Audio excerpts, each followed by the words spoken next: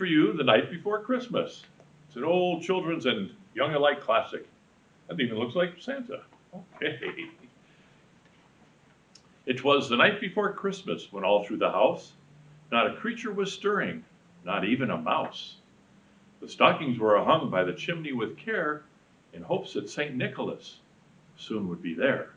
The children were nestled all snug in their beds, while visions of sugar plums danced in their heads. They're all sleeping really soundly there, waiting for Santa to come. And Mama in her kerchief and I in my cap had just settled down for a long winter's nap.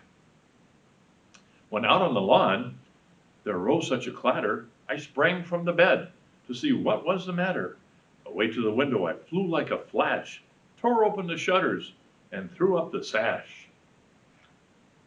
The moon on the breast of a new-fallen snow gave the luster of midday to objects below, when what to my wondering eyes should appear but a miniature sleigh and 8 tiny reindeer. Can barely see them flying through the sky there.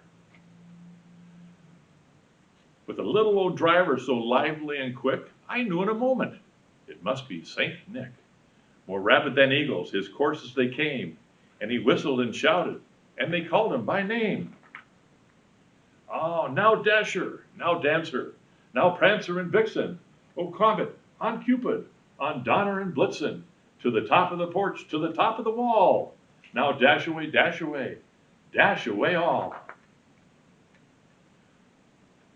As dry leaves that before when a hurricane would fly, when they meet an obstacle, mount to the sky. So up on the housetop the coursers they flew, with a sleigh full of toys, and St. Nicholas too.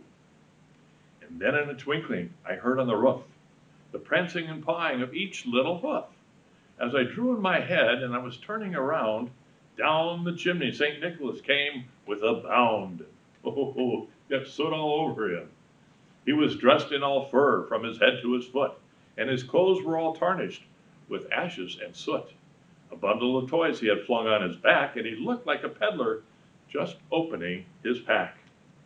His eyes, how they twinkled, his dimples, how merry, his cheeks were like roses, his nose like a cherry. His droll little mouth was drawn up like a bow, and the beard of his chin was as white as the snow. The stump of a pipe he held tight in his teeth, and the smoke it encircled his head just like a wreath. He had a broad face and a little round belly that shook when he laughed like a bowl full of jelly. He was chubby and plump, a right jolly old self, and I laughed when I saw him, in spite of myself. A wink of his eye and a twist of his head soon gave me to know I had nothing to dread.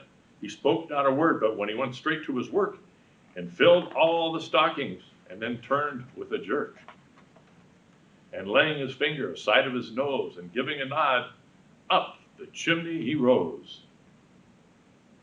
He sprang to his slate, to his team gave a whistle, and away they all flew like the down on a thistle. But I heard him exclaim, as he drove out of sight, "Merry Christmas to all, and to all a good night. Ho, ho, ho, Merry Christmas."